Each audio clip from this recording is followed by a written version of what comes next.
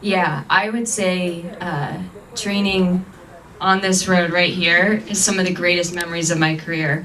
In 2013, I ran my first Boston Marathon, and I ran a great race. I was fourth, and I was maybe only 2 seconds away from second. So it was a great race. You know, coming down Boylston Street, the top 4 runners are all on the same stretch. Great race.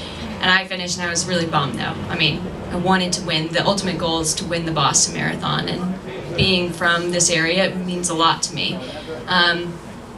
But reality and perspective sunk in when only a few hours later, bombings went off. I didn't feel so sorry for myself anymore.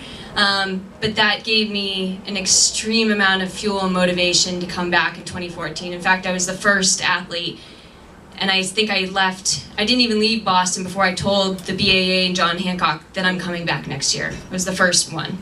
And they said, "You sure you want to just think about that?" No, I'm going to be here next year. Whether you want me or not, I'm going to be here. And so I came out here starting in September of 2013 all the way to April, came out here every single month from Portland, Oregon, and trained on this course 3 days in a row, twice a day, every day.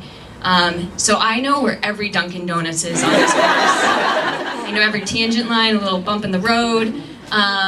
It's my favorite course in the world. It's been the most challenging race I've ever run, and it hasn't always reflected. My results on paper don't look that special or fancy, but I've poured my heart into every single race that I've run.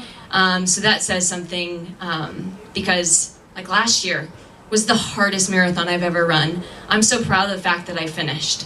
And but that being said, 2014 was by far my proudest race that I've ever run. I trained to run 2:22 on this course because if you looked at the history books of the Boston Marathon, for the 120 some years, 2:22, 99.9% of the time would win. On that year, I finished 7th, 2:22.02. I trained exactly for what would win, and I ended up 7th.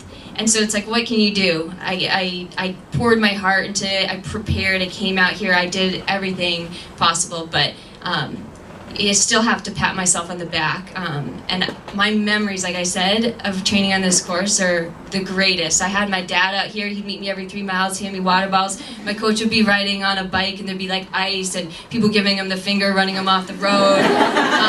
We had a lot of scary moments out training on this course, but I loved every second of it. I loved the preparation, and so even though I didn't win, it was by far the most memorable experience.